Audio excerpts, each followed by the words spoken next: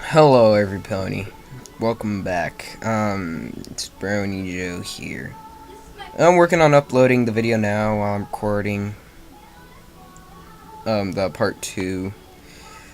No, not part two, part three. But anywho, we should possibly get on with the story. I got nothing to say now except, hope y'all enjoy it. This is really disturbing me. Blah.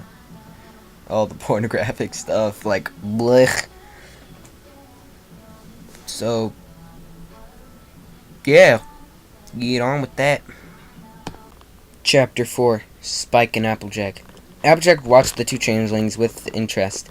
She was leaning against a tree while the changelings argued about something unimportant.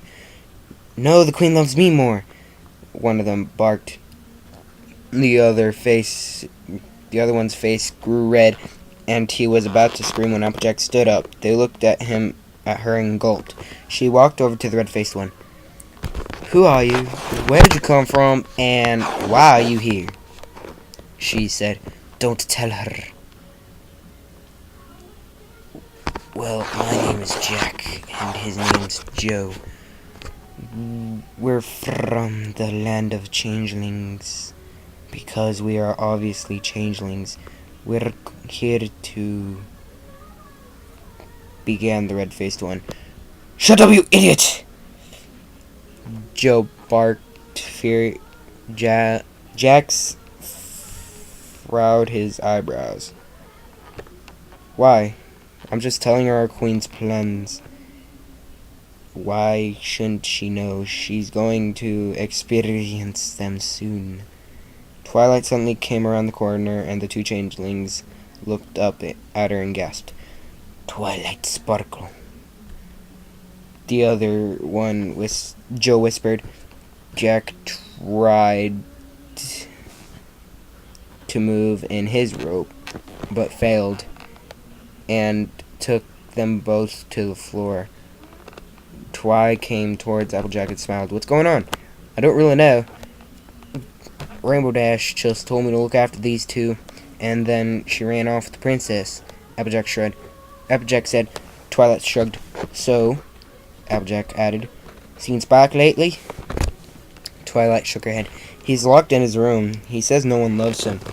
I even told him that I love him loads, but he says that was a requirement, but he doesn't understand," Twilight said. Applejack looked back at the changelings. Right now, she wanted nothing more than to run to Spike and hug him. But she had told Rainbow Dash that she would look after these two. As if by magic, the princess and Rainbow Dash returned, dragging the queen of the changelings behind them. Applejack got some more rope, and tied the queen too. "Let me go, you infernal beings!" she shouted. Princess Celestia snapped her hands like a crocodile, and Queen Chrysalis shut up. Even if she tried to speak, her mouth was closed. Princess Celestia turned to Applejack. "You run along now, Applejack. Twilight, I'm afraid you must stay for a little bit," she said. Applejack nodded and began walking away. She turned down a road, and Twilight's treehouse library came into view. And she opened the door and went upstairs. She heard sobbing coming from Spike's room, which tore her heart into two. She knocked on the door. "Go away, Twilight." "It's me, Applejack," she said softly. The door opened, and Spike wiped his eyes and tensed his muscles.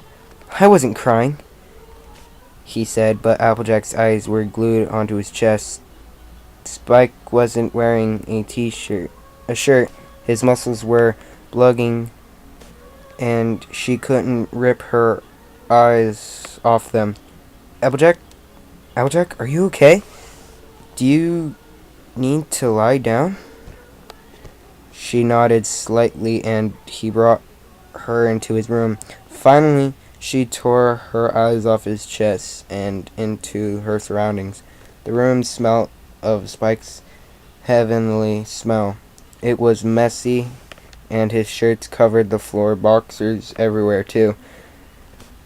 He wanted to stay here forever. A computer sat on the end of the room. A message blurting, "You have 10 emails." The room was quiet, dark, and she nearly tripped over the mess on the floor as she took her into his bed. Lay her down on it and stroked her hair out of her face. "You okay now?" "Yeah," he asked. "Not really. I'm cold. Really cold," she said. Spike smiled and brought up the covers. His smell coated them too. "It's still cold," she muttered. Looking up at him, he grinned and moved around the bed, joining her. She snuggled up against him and breathed softly on his chest. His hands danced on her curves, and her breath became ragged. Suddenly, soft lips pressed against her head, and she nearly stopped breathing. She pulled away just enough to see his face. He smiled at her. "I hope you feel better in the morning. Now, come on, let's sleep," he said. Applejack was happy that she could sleep next to him, but upset that that's all they were doing. She pressed her head up into his chest, and he inhaled his heavily scent before slipping off into dreams of Spike.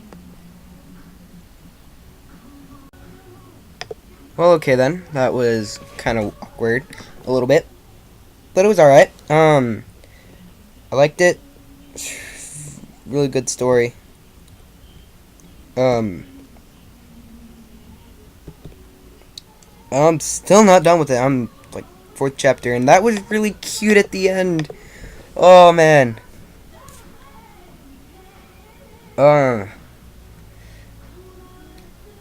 And